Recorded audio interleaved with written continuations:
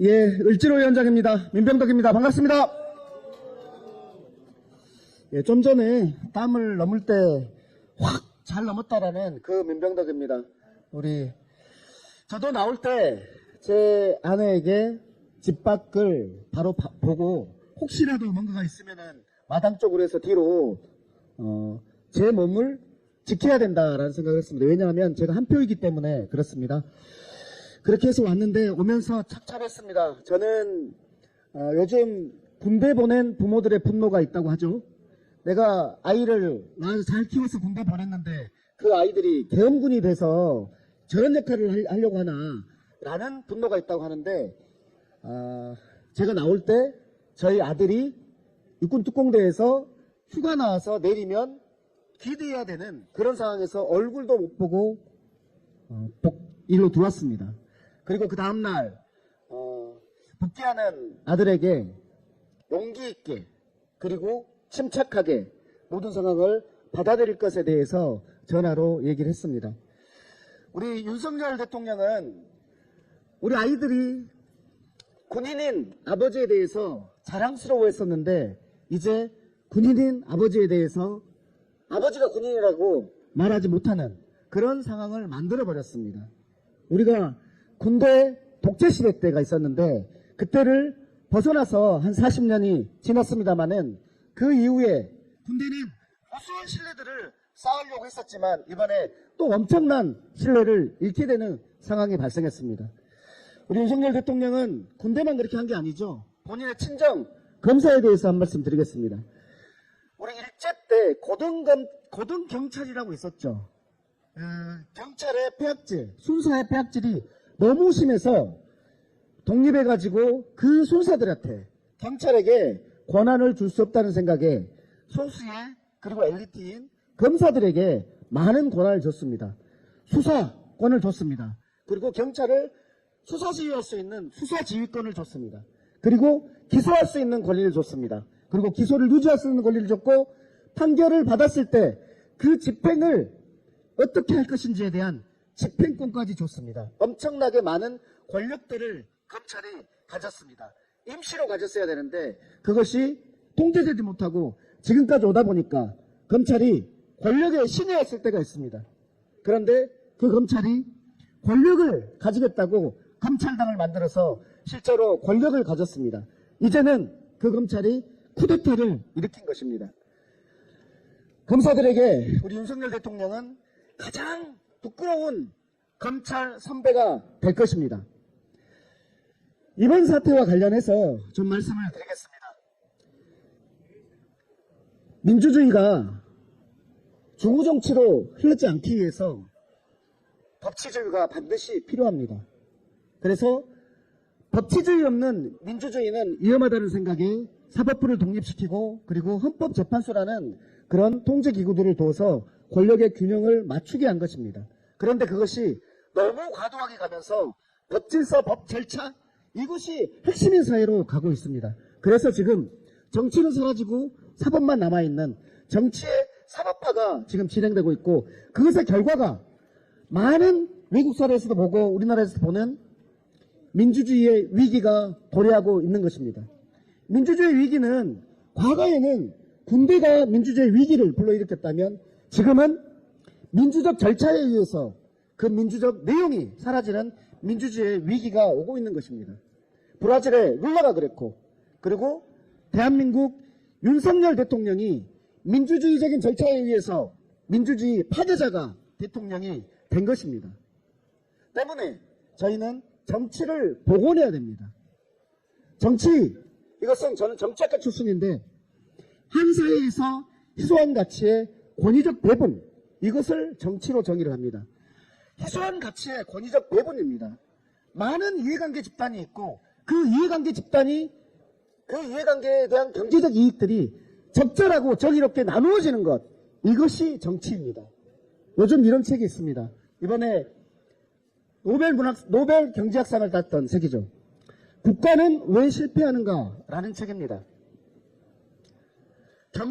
포용적 경제제도를 가지지 않는 나라는 늘 가난하고 그 포용적 경제제도를 가지지 않게 되는 이유는 정치가 포용적 정치제도를 갖지 못하기 때문이다.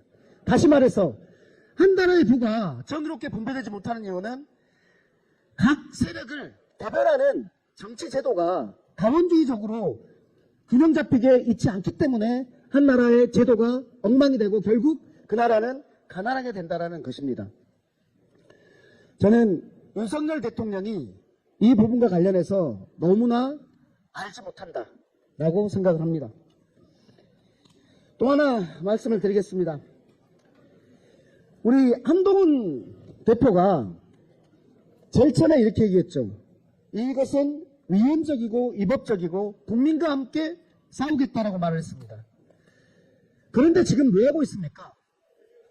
본인이 체포 대상이었다라는 것을 말 들으니까 이제 직무정지 시켜야 되겠다라고 말을 한 것입니다. 그 직무정지라는 것의 핵심은 본인인 것입니다. 그런데 지금 모든 국민들은 걱정하고 있습니다. 지금 직무정지 시키지 않으면 비상식적인, 비이성적인 윤석열 대통령이 총을 들고 설치할 수 있겠다. 5살짜리에게 권총이 있는 그런 꼴이다. 지금 여기에서의 우리나라의 안전을 위해서는 그 5살짜리 손에서 총을 내려오게 하는, 총을 제거하는 것이 가장 핵심이다라는 것입니다.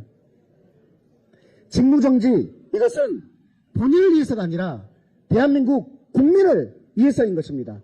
지금 오늘 아침부터 저녁까지 저 방에서 나오지 않고 논쟁을 하고 있는데 그 논쟁의 핵심이 무엇입니까? 국민을 지키기 위해 했다는 것입니까? 아니면 본인들에게 무엇이 유리한가? 그것을 가지고 계산하고 있기 때문입니까? 박근혜 대통령 때 통진당에 대해서 위헌정당 해산이 있었습니다. 위헌정당 해산은 구체적인 어떤 행동이 있어서가 아니라 그들이 자기 내부에서 기획했다라는, 회의했다라는 그런 내용이었습니다. 무슨 밥통을 가지고 폭탄을 만들고 이러한 계획들을 짰다라는 것 때문에 그 통진당이 위헌정당으로 심판을 받아서 해산됐습니다. 그러면 지금 국민의힘당은 지금 무엇을 하고 있는 것입니까? 모든 사람이 내란이라고 하고 있는 이 상태에서 그 내란 상태를 제거하기 위한, 직무를 정지시켜서 국민의 안전을 확보하기 위한 가장 핵심이 두 가지. 윤석열 대통령이 하야하거나 아니면 윤석열 대통령의 직무를 정지시키는, 법률적으로 정지시키는 탄핵을 소추하는 것. 이 두 가지인데 하야를 요구하지도 않고 탄핵을 소추하지도 않으면 내란 상태를 유지하겠다는 것이고 국민의 안전을 확보해야 될 정치인이 그것을 등한시한다면 이것이 바로 위헌적이고 위헌정당 해산이 되어야 될 사안이라고 보는 것이고, 한동훈 대표는 위헌정당의 수괴가 될 수밖에 없다라는 점을 말씀드립니다. 박수 한번 쳐주십시오.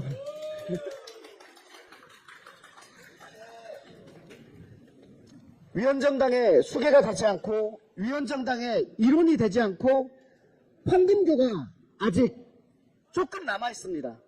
빨리 결정을 내리고 탄핵 소추를 해서 1시 1분 1초라도 비정상적인 사람에 의해서 대한민국이 불안한 상태에 있는 그런 상태를 제거하는 것이 국민의힘이 할 일이고 본인들이 살 길이라는 것을 명백히 말씀드립니다. 한 말씀만 더 드리겠습니다. 우리 민주당에 대해서 하는 말입니다. 우리가 반성해야 될 것들은 없는지 여기에 대해서 한번 살펴보겠습니다.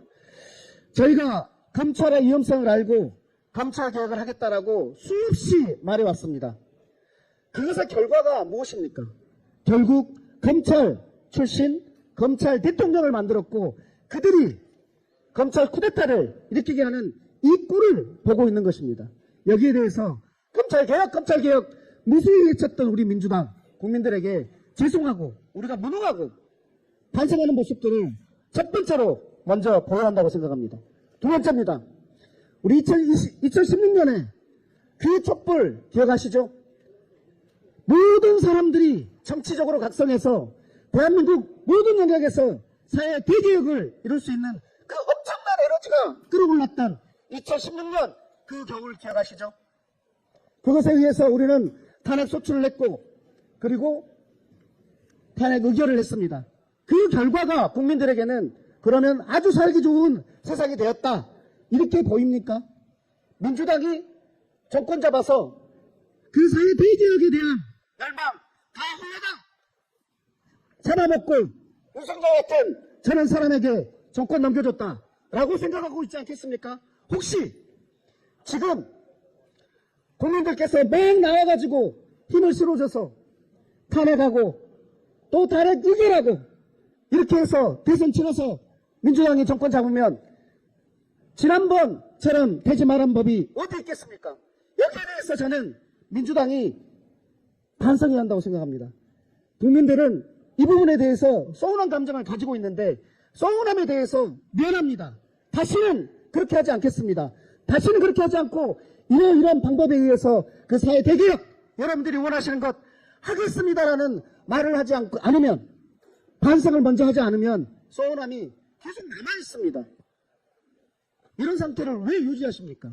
저희가 저희의 잘못된 지점들을 가지고 말을 한다 하더라도 국민들은 그걸 가지고 민주당의 투쟁력이 약해졌다든지 그것에 의해서 국민들의 다른 투쟁력이 약화된다든지 하지 않는다고 생각합니다. 저는 국민들이 지금 듣고 싶은 말 두 가지. 검찰개혁 제대로 못해서 검찰 쿠데타 지금 당하고 있는 이 모습 민주당이 반성합니다. 2016년 그 엄청난 촛불의 힘을 가지고 저희가 제대로 못해서 이 모양이 꼴 된 거에 대해서 반성합니다. 그러니까 탄핵 소추에서 직무정지 시키고 우리가 좀 더 어떻게 다음의 세상에 대해서 할 수 있는 방법과 관련된 논의들을 더 하겠습니다. 많은 부분을 가지고 설득했으면 하는 바람입니다. 국민들께서 12월 3일 날 밤 저희 국회의원들을 지켜주신 것입니다. 그렇기 때문에 저희가 지금 남산이나 서빙고나 방첩대에 가 있지 않고 지금 이 자리에서 자유롭게 얘기할 수 있는 것은 국민들, 시민들께서 지켜주셨기 때문입니다. 이제는 저희가 윤석열의 비이성적인 그런 판단들에서 저희가 국민들을 지키겠습니다. 국민들의 미래를 저희 민주당이 지키겠습니다. 고맙습니다.